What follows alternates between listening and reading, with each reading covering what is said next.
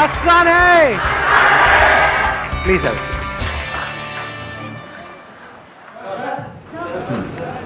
पीछे उनको देना mike. Good morning sir. Good morning sir, मेरा क्वेश्चन ये है कि fear of losing in whatever role we are playing in life is present. So how can we rule out that fear and channelize our positive energy back?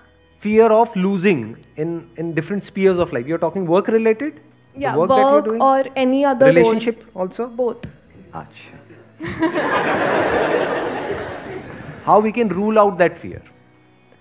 You can never rule out that fear, क्योंकि वो fear किस पे based है? Reality पे based है या कोई imagination है?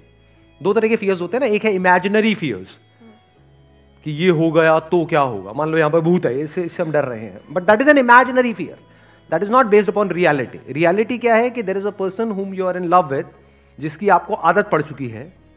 तो जैसे ही हम अलग होने के बारे में उस पर्सन से सोचते हैं तो डर लगता है.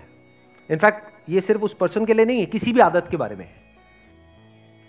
हमारे को आदत पड़ जाती है एक पर्टिकुलर सिचुएशन की, कुछ लोगों की, कुछ लोग होते हैं हमारी लाइफ में, कुछ सिचुएशंस होती हैं, तो उसके हाथ से जाने का डर लगता है. तो डर किस पे बेस्ड है? रियलिटी पे बेस्ड है, क्योंकि ये सच है ना, वो पर्सन जा सकता है या जा सकती है. सो दिस फियर, अगर फंडामेंटली आप देखोगे, this fear is not the fear of losing out that particular person और that situation. This fear is the fear of change. हमको बदलाव से डर लग रहा है, क्योंकि ऐसा नहीं है कि वो जो पर्सन है वो दुनिया का आखिरी है, कि जिसके भी साथ आप रिलेशनशिप में, वो दुनिया की आखिरी लड़की थोड़ी है. आखिरी है क्या? नहीं है, और भी है, उससे बेटर भी है. बेटर भी क्या होता है? आपके स्टैंड पॉइंट से है कि वो बेटर है या नहीं है. वही लड़की किसी को अच्छी लग रही होगी, किसी को बुरी लग रही होगी. This is just a standpoint. Main point क्या है? We are afraid of change. तो जब तक we are afraid of change in life, and death is a part of this change. एक तो चेंज है अलग होना, एक है किसी की डेथ भी हो सकती है, कभी भी हो सकती है. तो we are always afraid of change, कि जो नई सिचुएशन होगी, बिकॉज दैट इज अननोन. हमें नहीं पता वहां पर क्या हो रहा होगा, हमें नहीं पता. जैसे बोलते भी हैं लोग कि मेरे को इतनी अच्छी लड़की दोबारा नहीं मिलेगी. अच्छा, इतनी अच्छी है? इतनी अच्छी कहां होती है, कैसी होती है? मैं भी देखना चाहूंगा. हमारा जो फियर है ना, अगर फंडामेंटली आप देखोगे, this is the fear of the unknown, this is the fear of change, कि ये जो मेरी कंफर्टेबल सिचुएशन है, अगर ये बदल गई तो क्या होगा. If you can embrace the unknown, and 99.99% of the life is in the sphere of the unknown. आपकी जो नॉलेज है, that is very very limited. वो तो 0.00001% है, जिसके अंदर आप गोल गोल घूम रहे हो और उसको पकड़ करके बैठे हो. आप कह रहे हो बस यही लाइफ है. अगर ये मेरे हाथ से चली गई, जो भी इस लाइफ में है, लोग हैं, सिचुएशंस है, जो भी कुछ है, ये चला गया तो मेरी लाइफ ही बेकार है. जबकि ऐसा नहीं है. इसके बाहर हो सकता है बहुत कुछ हो, बट हम उससे डरते हैं. तो if you can see this reality कि life is in the unknown, growth is in the unknown, growth can't be in the known. If you can embrace the unknown, unknown जिसको चेंज बोलते हैं, which is the very nature of life, which is the very nature of everything, because nothing is static in life. If you can see it as a fact कि सब कुछ बदलेगा. ये बात अभी समझ नहीं आएगी आप लोगों को इस एज में. ये मैच्योरिटी कुछ पर्टिकुलर टाइम बाद आती है, एक पर्टिकुलर एज के बाद में आती है, जब हम अपनी ही लाइफ को बारीकी से ऑब्जर्व करते हैं कि एक टाइम पे जो ऐसा लग रहा था बिल्कुल लाइफ और डेथ सिचुएशन थी, ऐसा लग रहा होता है कि इसके बिना तो मेरी लाइफ ही नहीं चल सकती. सब कुछ खत्म हो जाएगा. कुछ भी खत्म नहीं होता है. लाइफ चलती रहती है और बेटर होती रहती है, अगर अंदर से आप सीख रहे हो, अंदर से आप ग्रो कर रहे हो. अगर वहीं पे स्टक हो गए हो, जो पास्ट में कुछ था बस उसी में आप स्टक हो गए हो, तो you are not changing with life. Life बदल गई है लेकिन आप नहीं बदल रहे हो. If you constantly change with life, there is no fear. उस चेंज में क्या आ गया? सब कुछ आ गया. कुछ भी बदल सकता है, कुछ भी हो सकता है.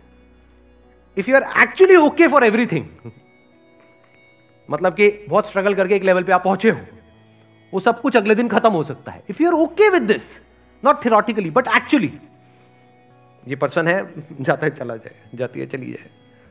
If you are actually okay with it, तो कोई प्रॉब्लम नहीं है. Then there is no fear. Then you are living a fearless life. इसी को फियरलेस लाइफ बोलते हैं. सर कभी जो हमारे सर साल 2 साल पहले सर जो ड्रीम्स थे कि हमें ये अचीव करना है, ये अचीव करना है, तो सर एकदम कभी ऐसा टाइम आता है सर एकदम पाथ डिफरेंट हो जाता है, लेकिन सर फिर वो उन ड्रीम्स पे सर क्वेश्चन मार्क लग जाता है कि हम वो अचीव कर पाएंगे नहीं कर पाएंगे, तो सर इसको कैसे ओवरकम करें? पाथ डिफरेंट हो जाता है। Yes sir. तो उसमें बुराई क्या है? अभी वही तो मैं बात कर रहा था, चेंज बदल जाता है। हमको ही जो इंटरेस्टिंग लग रहा होता है, फॉर एग्जाम्पल बचपन में हो सकता है आपने होली के टाइम पे बहुत गुब्बारे मारे होंगे, मारे थे नहीं मारे थे? Yes sir. मारे थे। अभी मारते हो? नहीं सर। नहीं मारते, क्यों?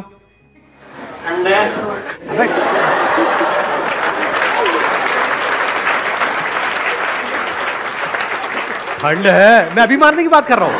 मैं कह रहा हूं यहाँ पे जेब में गुब्बारे लेकर के आओ, मारो यहाँ पे सबको। होली की बात हो रही है, एक से एक भरे पड़े हैं। कौन था ये ठंड वाला आदमी? अरे ठंड है। बताओ अभी क्यों नहीं मारते? सोचो, मतलब इस तरह से हम कभी सोचते नहीं है, छोटी छोटी चीजों को हम इग्नोर करते हैं। क्यों नहीं मारते? मतलब फ्रेंड्स नहीं होते वैसे जो हम इंजॉय करते थे, उनके साथ साथ टाइम भी बदल जाता है। चलो फ्रेंड्स भी मिल गए, मान लो वही बचपन वाले फ्रेंड्स मिल गए जो साथ में मिल करके टोली बनाते थे और गुब्बारे मारते थे छुप छुप करके, वो भी मिल गए, क्या मारोगे गुब्बारे? No sir. हाँ, क्यों नहीं मारोगे? मैं वही पूछना चाह रहा हूँ, क्यों नहीं? सब मैच्योर हो गए एक तरह से। मैच्योर मतलब क्या? What do we mean by mature? Interest change हो गए लाइफ में। Yes sir. पहले उसमें इंटरेस्ट था, अब उसमें नहीं है, अब किसी और चीजों में इंटरेस्ट है कि नहीं? Yes sir.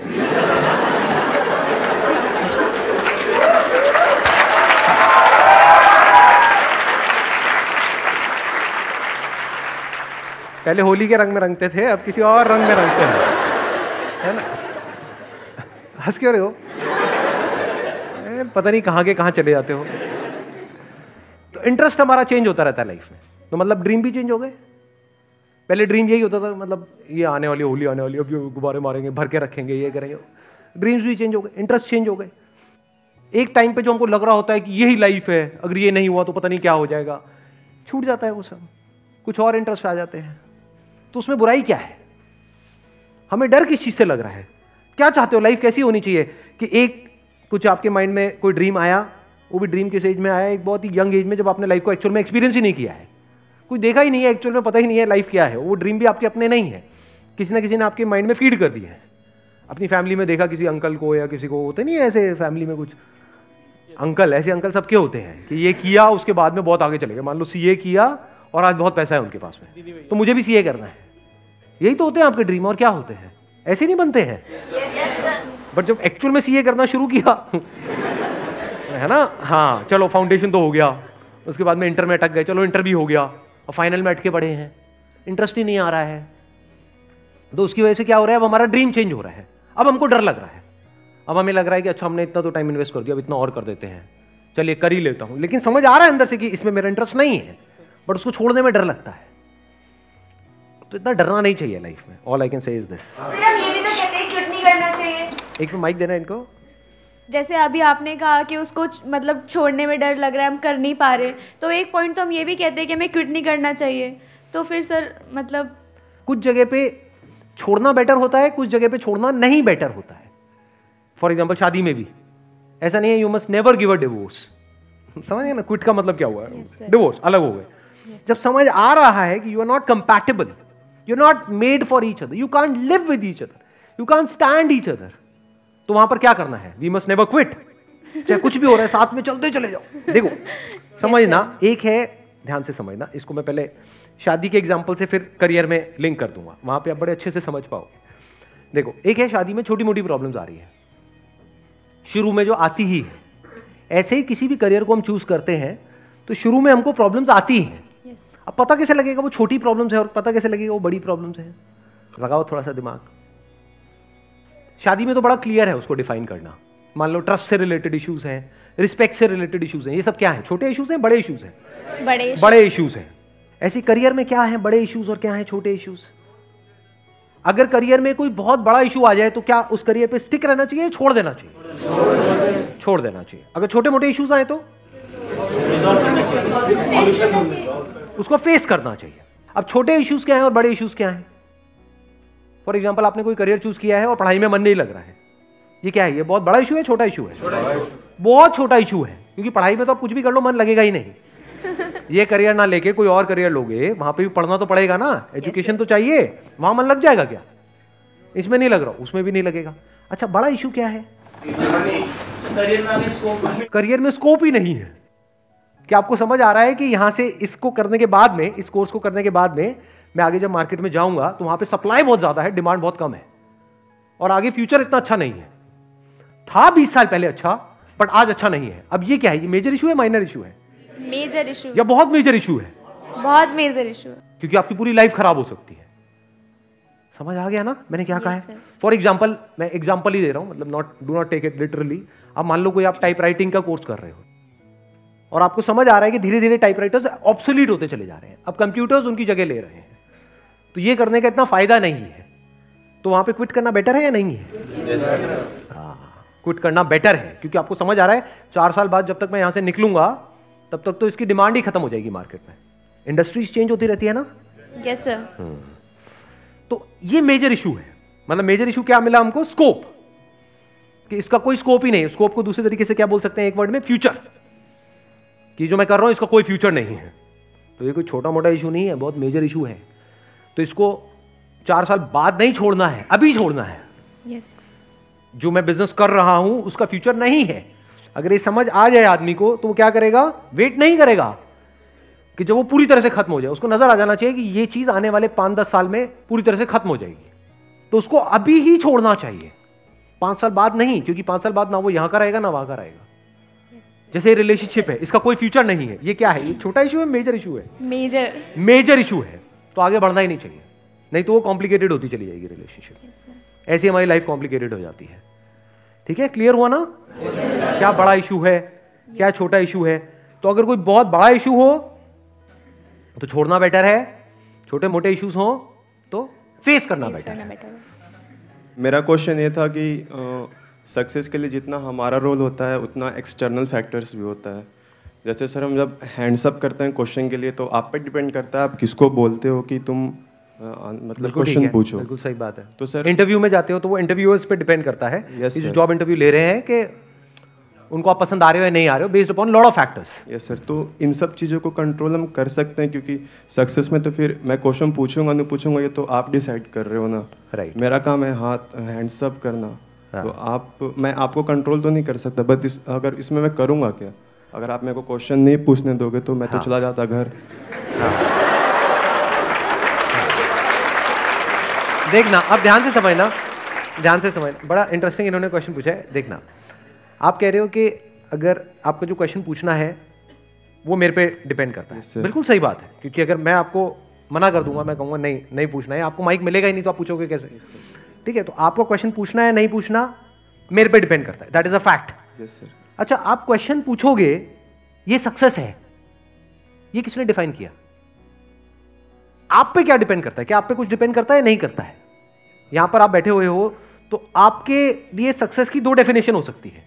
एक ये कि मेरे को अगर क्वेश्चन पूछने को मिलेगा तो मैं सक्सेसफुल हूं, तो मेरा यहां पे आना सक्सेसफुल हो गया, नहीं तो मैं फेलियर हूं। Yes sir. तो ये क्या है? ये समझदारी है, बेवकूफी है?